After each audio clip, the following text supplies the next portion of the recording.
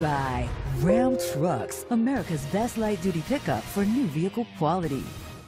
And welcome back to the NFL Today. And now Amazon takes you out to the sights and sounds of the game between the Colts and the Titans. Let's get you out to Nashville with our announcers, Andrew Catalan, Tiki Barber, Matt Ryan, and A.J. Ross. JB, DeForest Buckner told us the rivalry is real. The Colts and Titans square off for the second time this season, with Indianapolis looking for the sweep. That would certainly help the Colts in a crowded playoff race. Indy enters the day in the 7th and final spot in the AFC. And hi, everyone, alongside Matt Ryan and Tiki Barber, I'm Andrew Catalan. We'll hear from A.J. Ross coming up. Before the season, there's not many people who would have predicted the Colts would be playing meaningful games in December. But here we are. What a great job by first-year head coach Shane Steichen. Yeah, he's done an excellent job, and he's put them in position to hold that 7th spot in the playoff picture in the AFC right now. He thought coming into this year he's going to have Anthony Richardson at quarterback. He thought he was going to have Jonathan Taylor for 17 games. But Jonathan Taylor out early in the year, and he's out today. The best thing he's done, though, is adjust, adapt, and no better example of that than what he's done with Gardner Minshew. They've become an RPO football team, and it's the spot that Gardner Minshew is the most comfortable. But it allows their offensive line to play free, too, and allows a guy like Zach Moss to be productive. On the opposite side of the ball, Zaire Franklin's got his work cut out for him stopping Derrick Henry. He's not scared. This guy can make all kinds of plays. He can do it in the run game. He can do it in the open field tackling in the pass game. He can get after the quarterback when he blitzes. And finally, when it's required, he can come up and make the stops on 4th down in critical situations. But all of that is made possible because of the big man up front in DeForest Buckner. This guy's an elite player in this league and has been for a long time.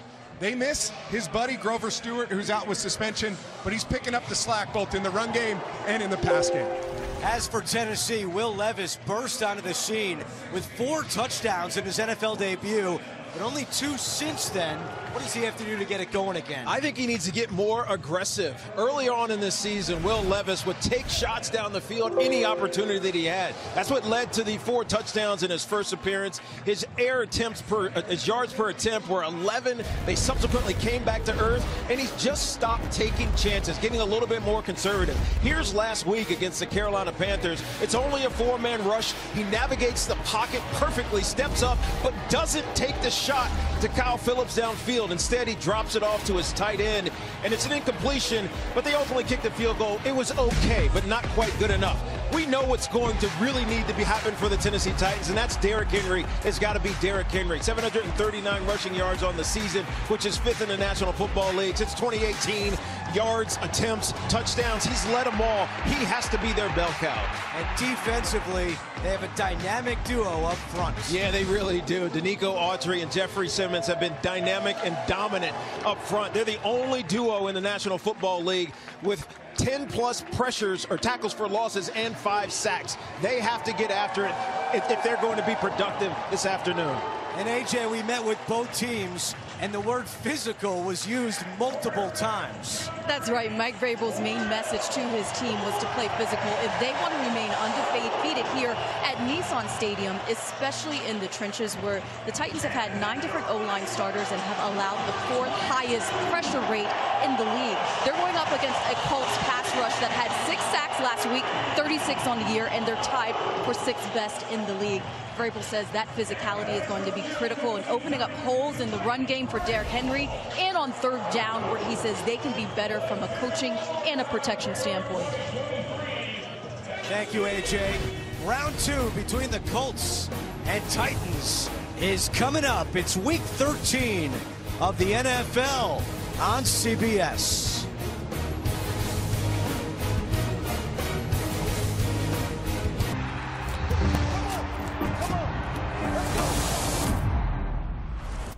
A new season of Ghosts is on the way in 2024 on CBS. When that alarm goes off, start your day with us, CBS Mornings.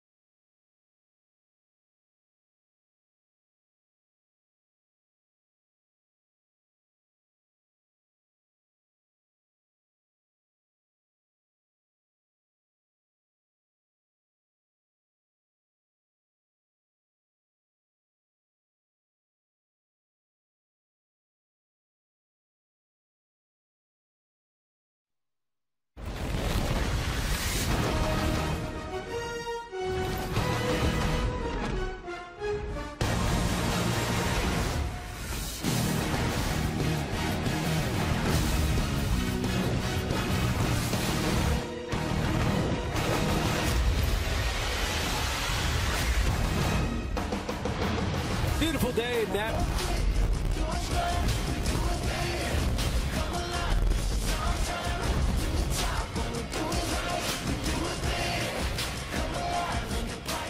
Rivalry game here in Nashville as the Colts with a 6-5 record, currently the number 7 seed in the AFC playoffs.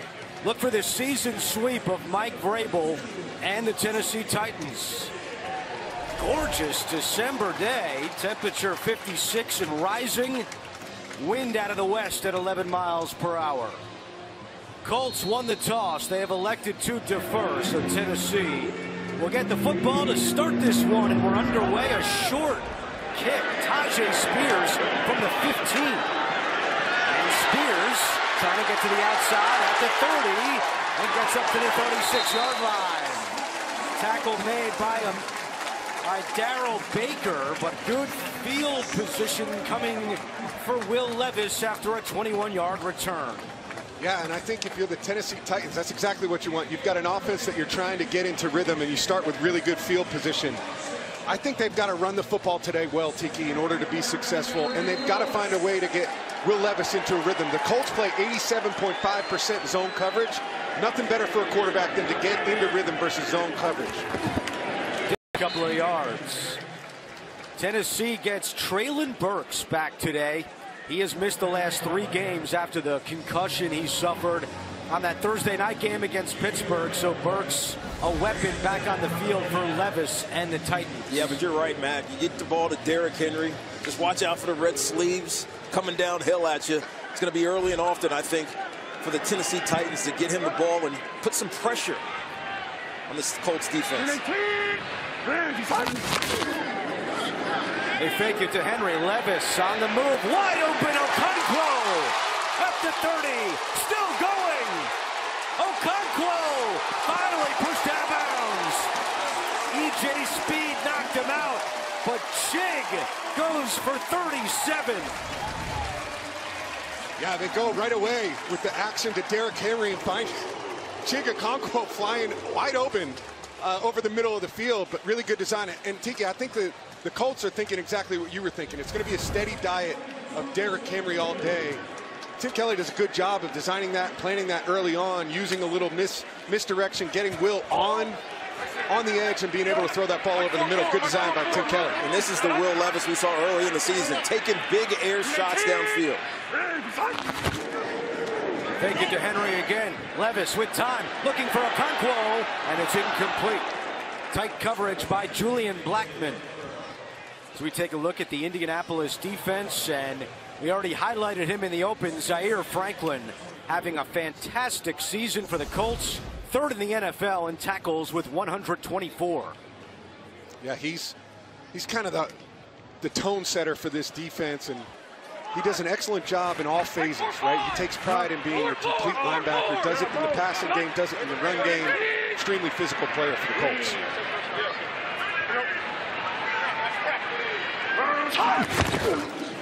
Here's Henry. Derrick Henry inside the 20. Now he's got the 10. He's got a touchdown. The Titans had gone 15 straight without an opening drive touchdown. They've got one today. Yeah, watch how this thing just works out perfectly for Derrick Henry. You got this inside duo happening, and he just rides this wave. Starts it front side to the right. You got the double teams in the middle. Rides the wave to the backside. Runs away from the cornerback. For a big man, he can move it. And it's touchdown to Tennessee Titans. Feel easy. Well, very easy. And they had Jalen Jones in the secondary, the rookie, trying to make that tackle, and Derrick Henry. Not going to happen. Extra point by Nick Folk is good. For Derrick Henry, that's his quarter touchdown. Tennessee has scored all year. First time on an opening drive, and the 85th career for Derrick Henry. So a quick strike by the Tennessee offense, and now Isaiah McKenzie back deep to receive the kickoff from Nick Folk.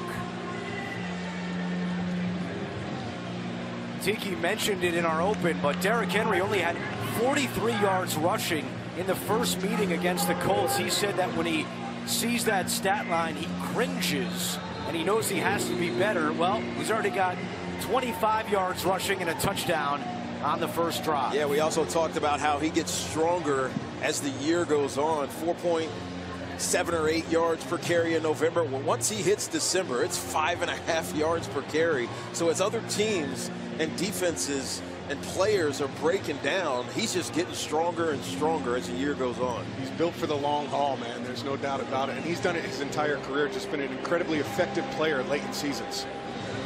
Trey Avery is holding the ball for Nick Folk. We told you there's about an 11-mile-per-hour wind right now at Nissan Stadium. And Folk boots it. McKenzie races over to his right, bounces out to 10. McKenzie fields it on a hop. There goes McKenzie. Isaiah McKenzie with great speed down the sideline and knocked out of bounds just shy of midfield. Monty Rice pushed him out after a 32-yard return. Well, kind of the same thing on the other side. A good return to put its offense in good field position. And Gardner Minshew during this 3-game win streak has been efficient. He hasn't turned the football over as much. But he's been a hot starter, too. He's completing over 78% of his passes in the first quarter for 2 touchdowns. He doesn't blink. He comes out of the gate strong. Without Jonathan Taylor, Zach Moss is in the backfield. 165 yards he had in their Week 5 game, so they're not afraid to give him the rock either. From the 43-yard line, here is Moss. Stutter step, spins forward, and picks up 2 yards. For the Colts, they get their center Ryan Kelly back today. He did not play in last week's win against Tampa Bay because of a concussion. That offensive line has done a much better job this year. Yeah, Tony Sperano Jr. comes in as the hire as the offensive line coach and has done an excellent job for them. But it's important to have that center back. Ryan Kelly's an experienced player. He makes the calls up front, gets everybody on the same page. Huge in the run game and huge in pass protection. Shane Steichen told us the Sperano hire was one of his most important of the offseason. As Mallory is stuffed. Kayvon Wallace with the big hit, and it's 3rd down.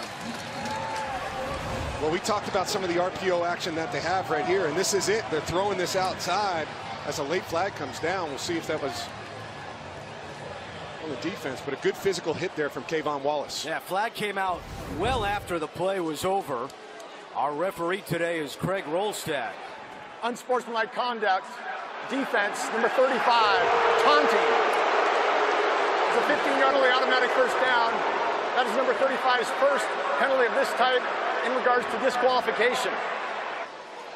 So Wallace, after he made that big stick, then called for taunting as we see it again.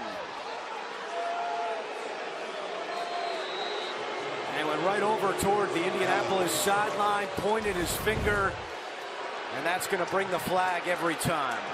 Big penalty, moves it all the way to the 36-yard line of Tennessee. Minshew to the air, taking a deep shot for the end zone. Pierce, he's got it! Touchdown! His first touchdown of the season!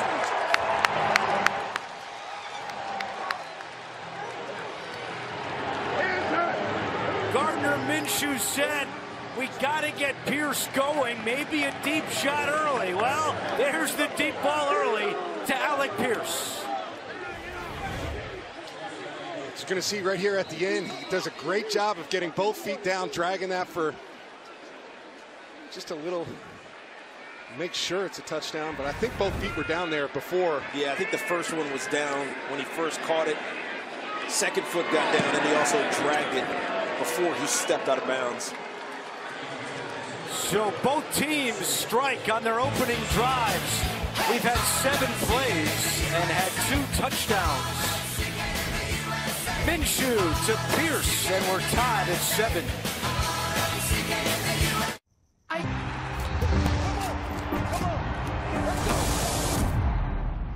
9 targets on those routes. Well, he's got number 10, and he's got his first touchdown of the season. Spears on the return from the 5. And Spears is stopped at the 25-yard line. You have to go back to last December 4th, almost exactly 1 year to the day, when Alec Pierce caught his last touchdown, and the man who threw it, Matt Ryan. Just give the man a chance. Put the ball up. He can make plays on the ball. down the field, he's excellent with what he can do vertically. But Tiki, he was funny. Gardner Minshew was funny talking about that yesterday. We asked Gardner if he ever gets frustrated. He said, yeah, but he's the nicest guy in the world. So he just goes, hey, coach, you know, if it's possible, you know, if it's not too much, I'd like to get a few more targets here and there. Here's Henry with some more room. And Derrick Henry rips off a 9-yard run. Odengbo on the tackle, and a good start here for Derrick Henry this afternoon. You know, the Indianapolis Colts, just like any team that's trying to take on Derrick Henry, they got to get him stopped in the backfield. But because if you don't, he gets downhill, and he's a load. And Henry falls forward for the first down.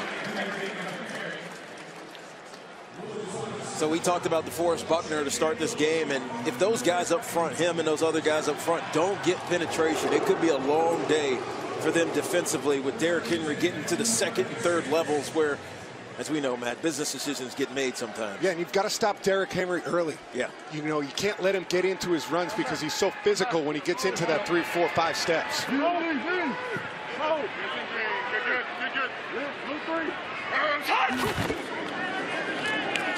Levis fakes over the middle. Henry drops it. And that'll make it second down for Tennessee. These two teams met back in Week 5 in Indianapolis. It was a 23-16 Colts victory. Tennessee had won 5 straight in the series until that October win.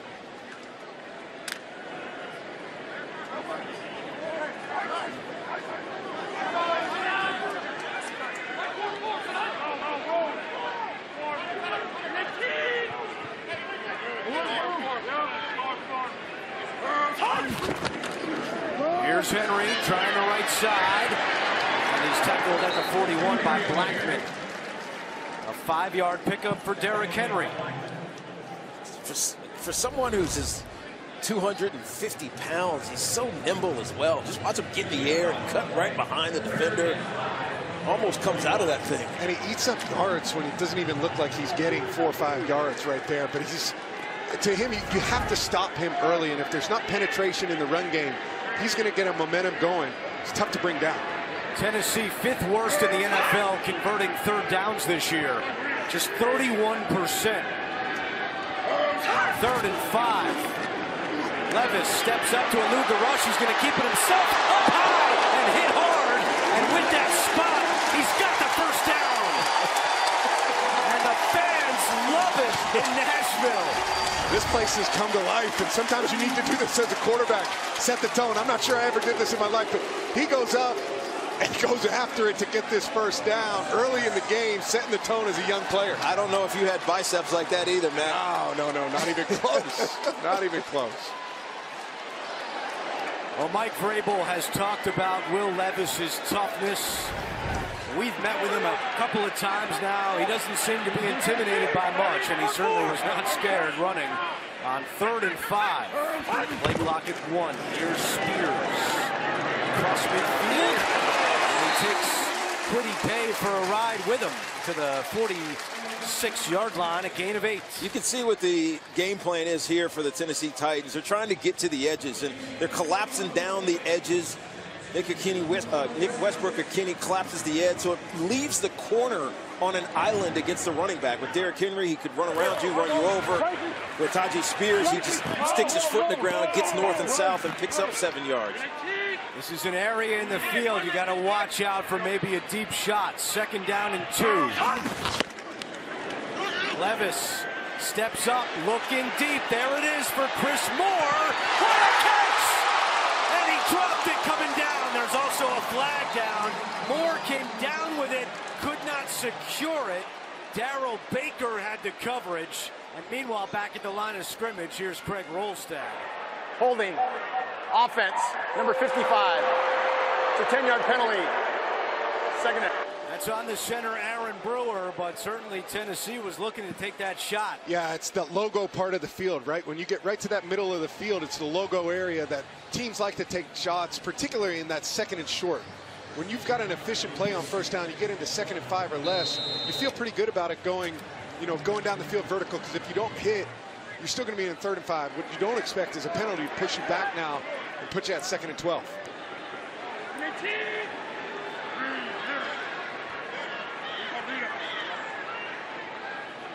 So after the penalty, it's 2nd down and 12.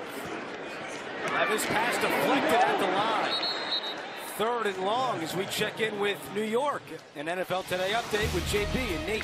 Tyreek on an historic pace. That's right, JB. He's working the slot like an old lady in Vegas here. Inside seam, catches the ball, goes 78 yards. This puts him over 1,400 yards, 11 TDs. Speaking of Vegas, did he increase his odds of being the league MVP? Dolphins up 7-0. Back to Andrew Catalan. An old lady in Vegas. Nate has got all the lines. 3rd down and 12. 3 straight incompletions for Levis. 3-play here. Odangbo jumped. Levis throwing it up for grabs. More down there and incomplete. But Dayo Odangbo flinched at the line. We talked about Offside. Defense, number 54. The 5-yard penalty. Replay down. We talked about Will Levis in the open as well. Andrew, how he hasn't taken a lot of shots downfield. Here he is getting the cadence. Listen to this.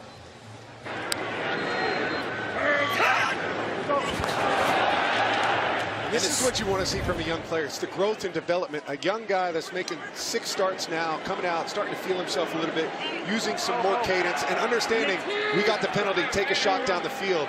I think that's good growth. It's a good sign of growth for Will Levis. So it's 3rd down and 8.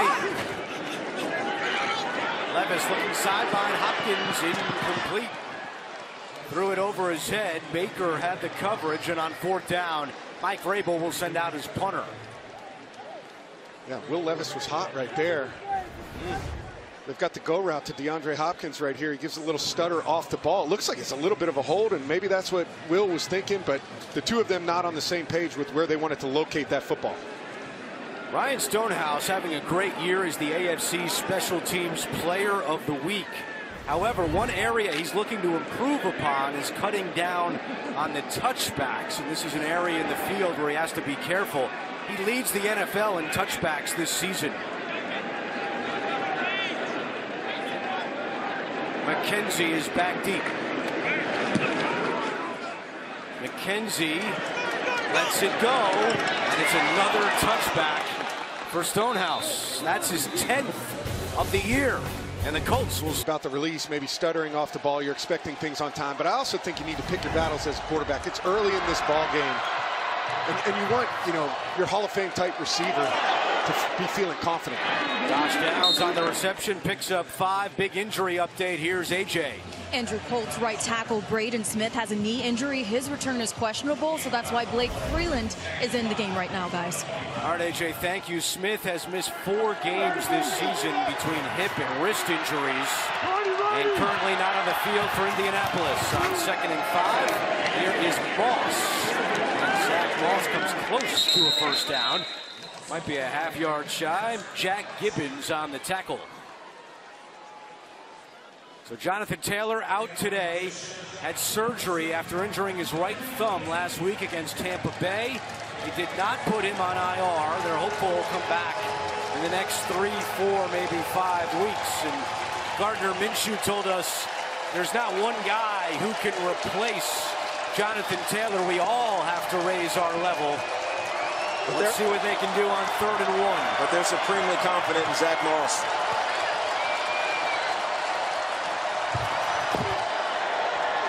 Gardner pulls it, looking to throw. He's got a man on the sideline. And a flag is down. They're calling it incomplete on the field. Let's see what the penalty marker is. I think this is in the spot of maybe an illegal man downfield. It looked like they were going with a little RPO action, and maybe an offensive lineman got downfield too early.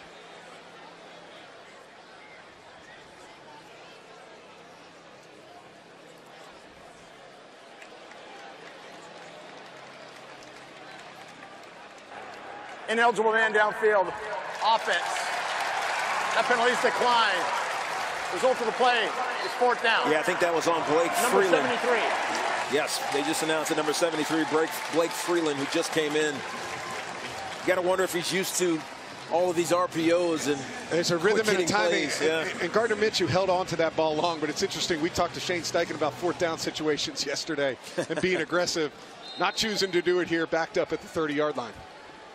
Yeah, 4th and a half yard, but the punter Rigoberto Sanchez is out.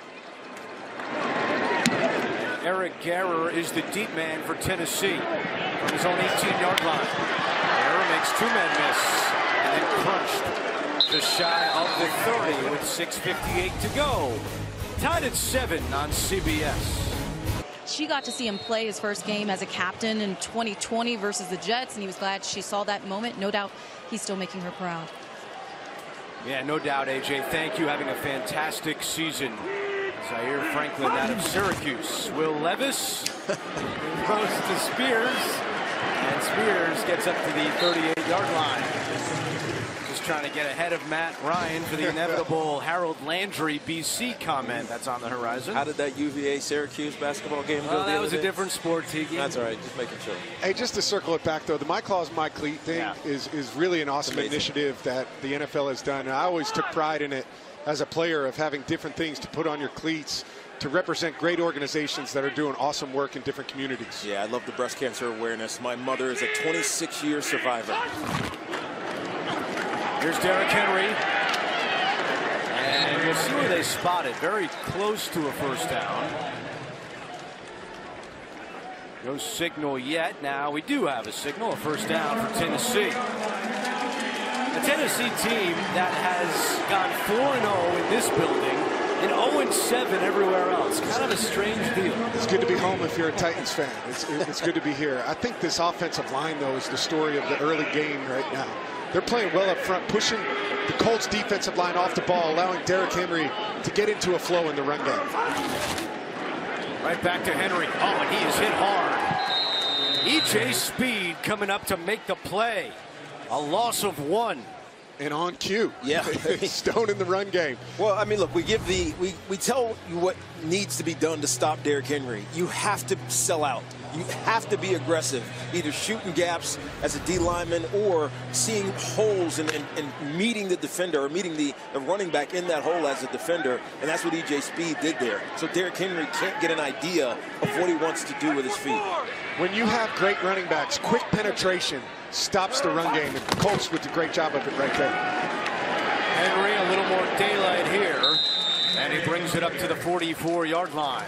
Odengbo on the tackle. And it's 3rd down. Talked about the home and away difference for Mike Vrabel's team. It is quite remarkable on 3rd downs. They're 40% converting in this building and 26% away from here. Here's some more of the numbers that jump out at you. Home and away for the Titans.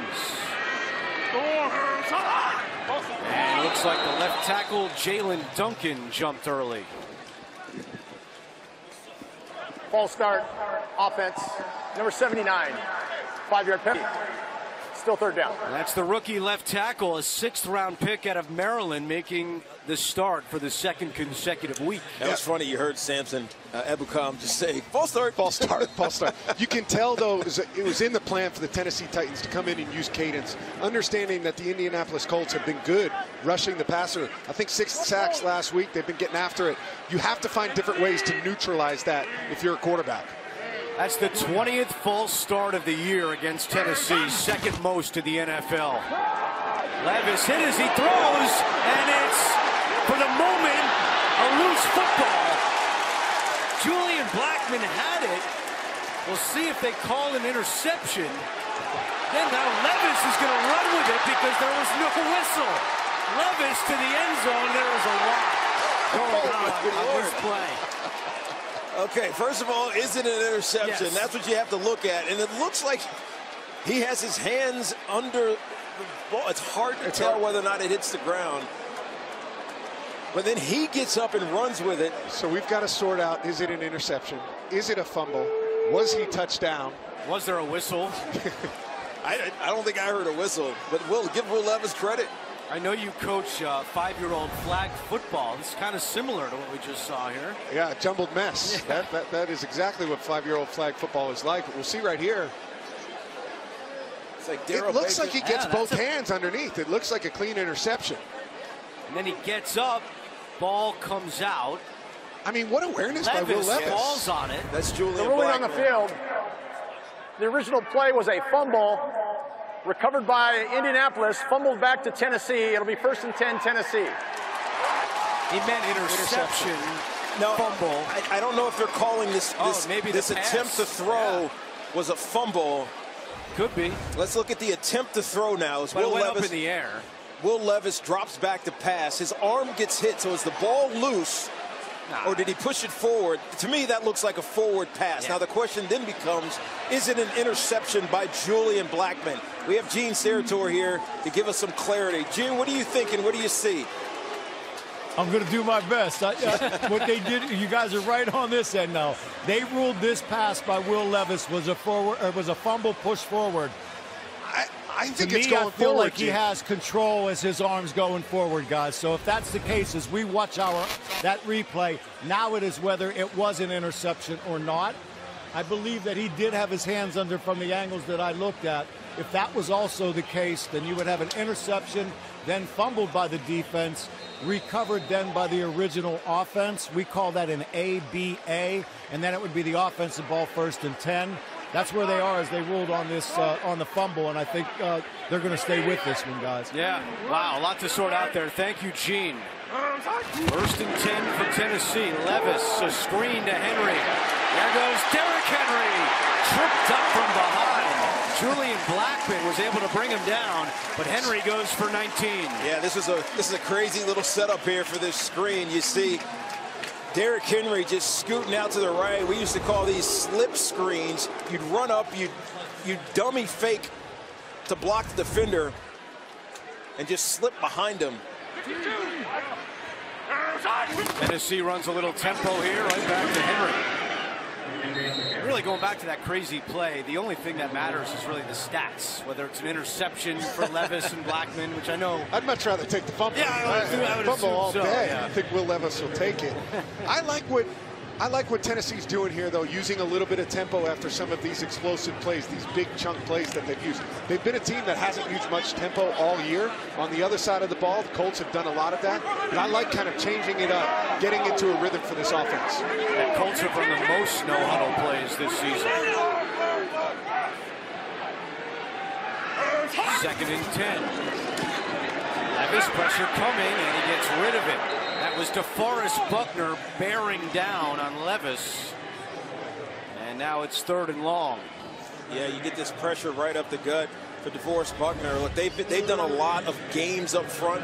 They don't bring a lot of pressure. In the 15 sacks they had in the 3-game winning streak, only 4 of them was an extra rusher. They do it up front with DeForest and Kwity Paye and Samson Ebukam. They can get home with just 4. And they do it in the back end, too. It's tight coverage in the back end, sticky coverage, which allows DeForest Buckner to go to work in those games. It takes time for those games to work out, and the coverage in the back end helps that out. 3rd and 10. Levis to the outside. He's got a 1st down to Chris Moore. Knocked out by Jalen Jones, but Levis and the Titans move the chains after a gain of 11. Yeah, this is a good route design here. You see Nick Westbrook-McKinney pulling the cover 3 safety, who is Jalen Jones, all the way back, which leaves that's not D-Hop, that's Chris Moore wide open in the flat to get the 1st down. I think one of the things Will Levis has done well in his 6 starts is throwing the ball to the outside of the field, driving the football outside. Good accurate throw on a 3rd down for the conversion. Just outside the red zone, 1st and 10. Here goes Okonkwo. He picks up a couple of yards on the play for Chig. That's his 2nd carry of the year. You don't usually see the jet, sweep with a tight end. I was going to go there. I prefer it with a guy with a little more speed. Right. It's kind of hard for the tight end to out-leverage the defense. Yeah, I guess you're hoping for just complete disguise or confusion on the other end. Yeah, Tim Kelly's going to look at this on replay and say, hey, Chig, just put your foot in the ground and go north and south. I think Graves was saying to him right there, what are we doing?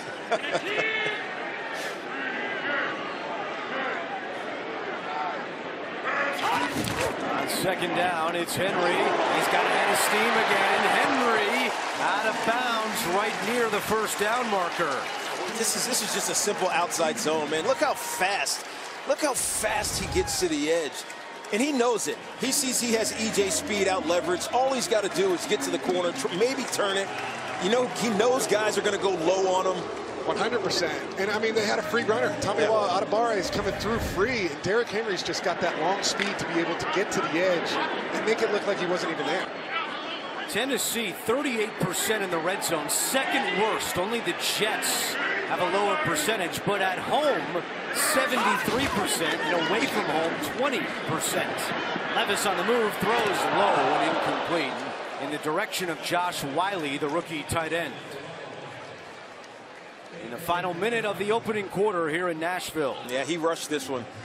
Will Levis, we won't see the replay, but he rushed this one. If he'd have waited, taken a couple more steps, Matt, maybe he gets that throw in. Yeah, and I think sometimes there's contact that's going on in the end zone, and you're unsure if he's going to come out of it clean. It looks better after the throw. Yeah. You know, it looks cleaner after the throw. It's a good, safe place to miss on a first down in the low red zone. Second and goal. They run it inside. That's Spears. And he's down to the 6. Interestingly, this Tennessee team in the red zone throws 58% of the time, which is 5th highest in the NFL. Not something you'd expect with Derrick Henry. Yeah, it is a little bit surprising when you have a big physical back and kind of the number 2 in Tyjae Spears, where he's so dynamic, making guys miss. But I like what they're doing early, going with some misdirection. I know we kind of joked about the jet sweep to jig, but I like them using some misdirection, trying to keep these linebackers for the Colts off balance. On third and goal, Levis with time to the end zone, incomplete. DeAndre Hopkins looking for a flag. He was covered tightly by Nick Cross, and no flag down. Yeah, and this is just getting DeAndre Hopkins across the back, and Nick Cross right here, back to him. There's plenty of contact there. Wow. I think in the, you know, we'll see how the game shakes out, how they're going to call it, but to me, this is a penalty. This is your hands are on them. You're impeding DeAndre Hopkins' ability to go adjust to that football. The crowd here is not happy about it. Boos raining down as Nick Folk comes out from 24 yards away. And he's now made 75 in a row inside 40 yards. That is an NFL record. We'll be back in 30 after this from the Home Depot.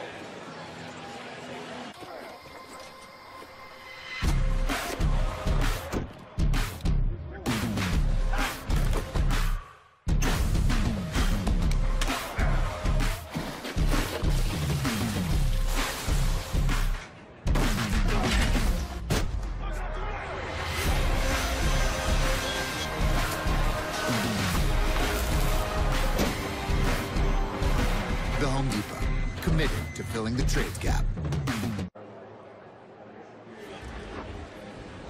DeAndre Hopkins still pleading his case. Can't believe a penalty was not called on that third and goal play. I think he's got a good case. I mean, he's making it back there. This is a guy that's played a lot of football and understands what is illegal contact, what is pass interference, all those things. We all plead our case as players, don't get me wrong. But, you know, I agree with him in that situation. I thought that was a penalty. 11th year for Hopkins in the league. And now Nick Folk in his 16th season will kick it away to McKenzie.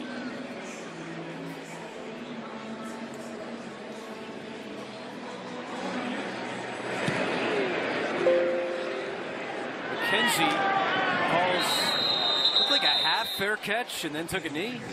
Either way, it'll be at the 25-yard line. Back in the booth, Matt Ryan, Tiki Barber. Big kudos to Tiki. Earlier this week, named a semi-finalist for the Pro Football Hall of Fame. First time in your career that has happened, and we're all rooting for you and proud of you. 12 years, it took a long time, but what I really would have liked, Andrew, is the vest memo. Why didn't I get the vest memo? I got like 16,000 of them. Yeah. Jeez.